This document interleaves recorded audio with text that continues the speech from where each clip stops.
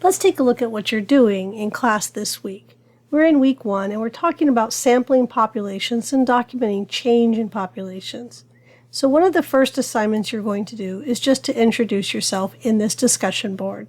You'll see a weekly overview. So this week we're looking at how populations change through evolution, and then we're also looking at how do we go in and measure populations and document their traits so that then we could also, of course, document their change.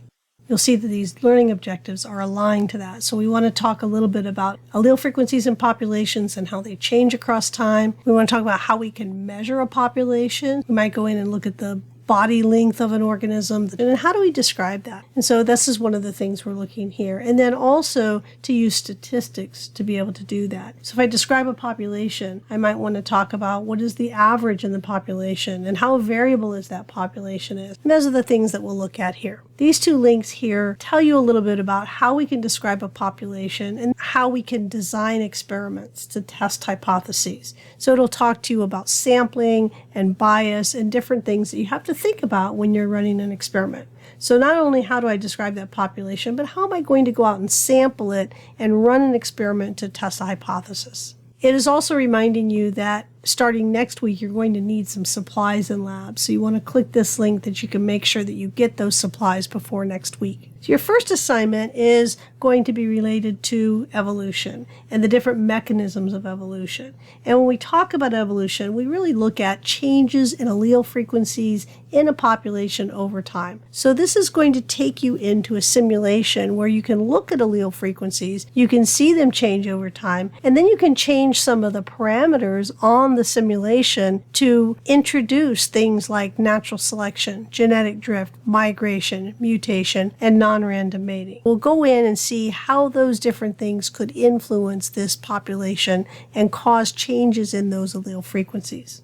So you have some background information that you can read here, and then you're going to go to this website, which is the virtual biology lab that you're going to collect your data from. When you first click on that link, you'll come here to Launch Model. You'll read through some of the background information. You'll run through this tutorial. The tutorial will show you how to change the parameters in the program and then how to look at the output of that. And then you can run experiments. So I'm going to click here first because what I want to show you is that here it's telling you to make some initial settings and then you're going to play with those. And so all you're going to do to change those initial settings is to click these arrows. So I just changed that population size from 200 up to 300 by just clicking this initial size population. It's also asking me to set the carrying capacity to 300. So we can just click the arrow to do that. It's giving you these other parameters that are already set. The sex ratio is 0.5, so there's 50% males and 50% females. Mortality and rate and brood size are both 10. And our initial allele population for the dominant allele is at 0.5. So there's 50% of the big R and 50% of the little r in this population. We can also see down here the migration rate is set to 0, which is what it's asking for, and all of these others are set the way that they should be. So when you first go in, they're going to be set correctly. Once you have these set, then you can run this simulation, and you can also run it faster. So if you want to speed up the rate, use this fast arrow here. And then we can go look at the data, and I can see the data in real time. I can see that what the population size is here. I can see the allele frequency over here. I can also see it in a table up here, and this is showing me my genotype frequencies. So you can run it for many generations.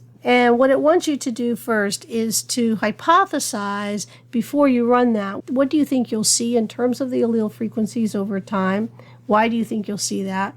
Do you think you'll see the same thing each time you run the simulation? Why or why not? So with that original model that we ran, we're going to run it for at least 100 generations, and then you're going to use the snipping tool to go and take a picture of that data output that we just saw. Windows will have a snipping tool. So if you go into your Windows and you can just, if it doesn't show up, you can just start typing snip, and the snipping tool will come up.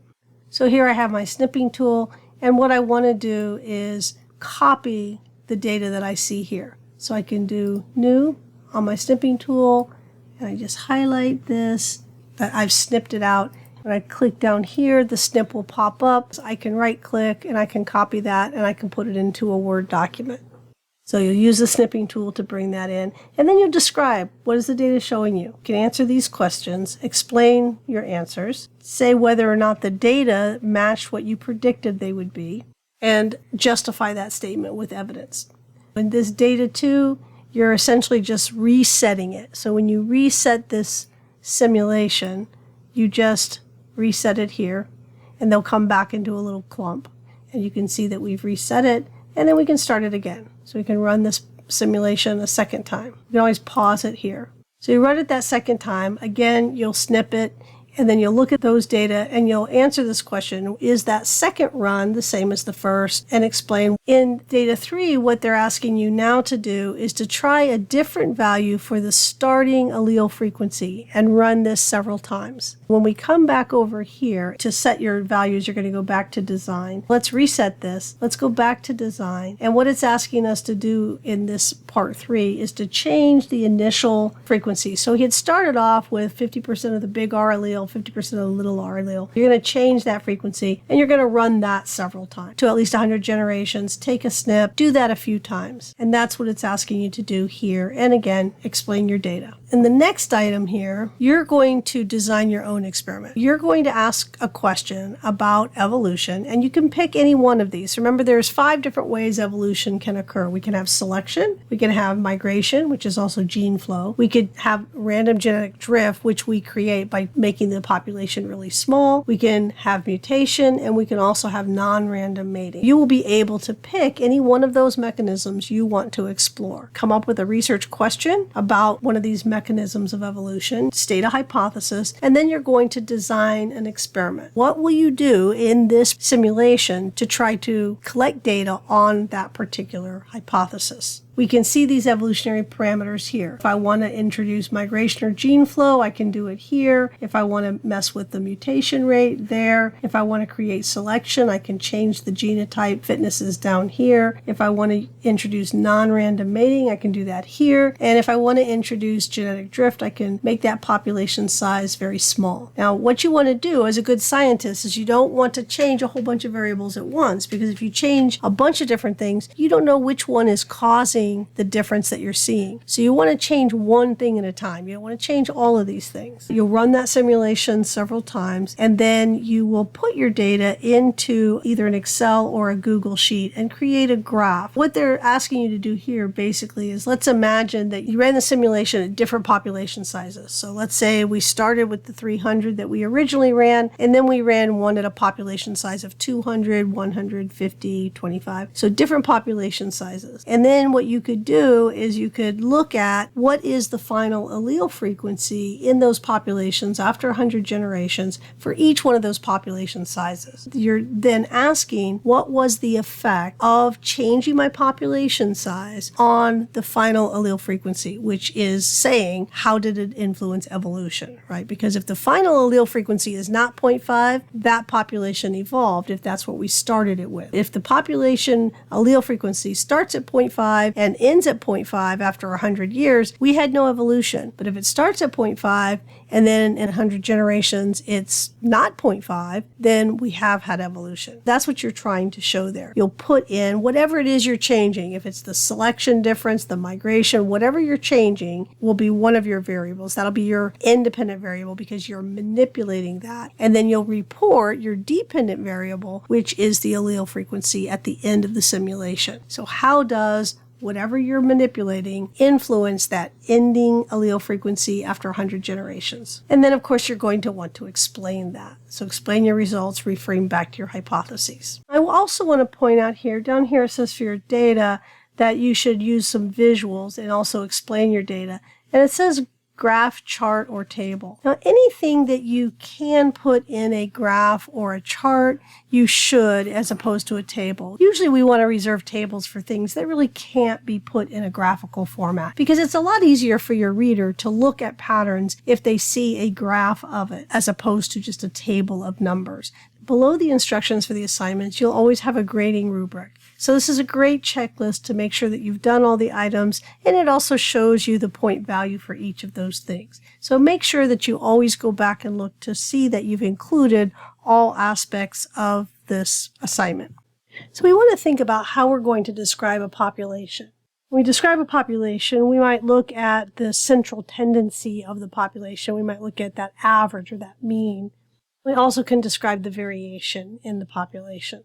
So how different do the different organisms look from one another? Now, when we get ready to look at a population and we're looking at specific traits, there's different types of traits that we could look at. We can think about discrete versus continuous. So if I have something that can only fall in a certain range and it can't have values in between, we would refer to that as discrete. They give you an example here. If I was looking at insects and I was counting the number of appendages, they might have 2, they might have 4, they might have 6, they might have 8, but I'm not going to have anybody that has 3.2. That would be a discrete trait. Now, sometimes a discrete trait is also what we call categorical. It's discrete, but we also can't put a number to it. So it might be male versus female. It might be pink, green, blue. It might be a different species, like they show down here. We're looking at where these birds are sitting. Is it on an oak tree, a maple, or a pine tree? So those are categories. We can't give them a numerical measurement. They're still discrete, but they're categorical. Now, if something is continuous, let's say we're looking at the length of tail on these cats, and I can measure each one of them,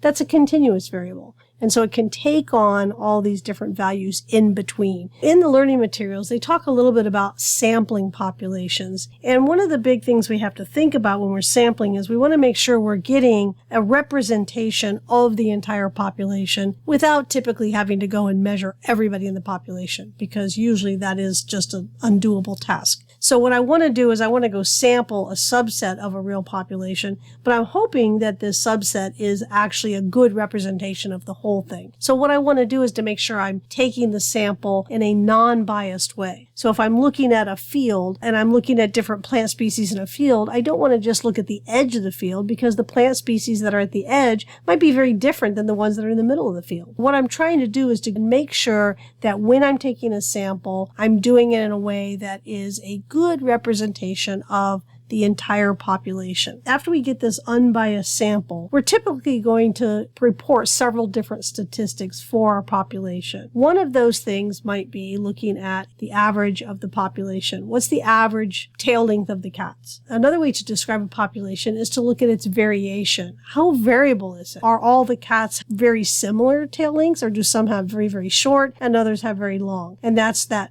idea of variation. And there's several ways that we can to measure variation. We can look at the standard deviation. We can also look at variance. We can look at the standard error of the mean. So what we want to do here is to think about these different measures and learn how to do these different measurements. Now, one of the first things you can do, you can create a histogram. And what the histogram does is tell you how many individuals fall into these different categories. I've measured the muscle lengths, and I've created groups. This group is everybody that is from 0 to 5. The second group is from 5 to 10. How many individuals in my population fell into this group? So how many of them were below 5 centimeters? And maybe we only have 1 or 2 individuals here. How many of them were between 5 and 10? These are the numbers of individuals that fall in that, and that's that frequency histogram. We're describing the population. Now, when we look at this population, and we think about these other terms, the variance and the mean or average of the population, your mean or average is looking at where the central tendency is. So where do most individuals fall? Our average here might be close to 10. When we look at the variation, we're looking at how wide is this graph. So what you're doing in this lab is learning how to create these graphs, how to get averages and standard deviation, also how to go out and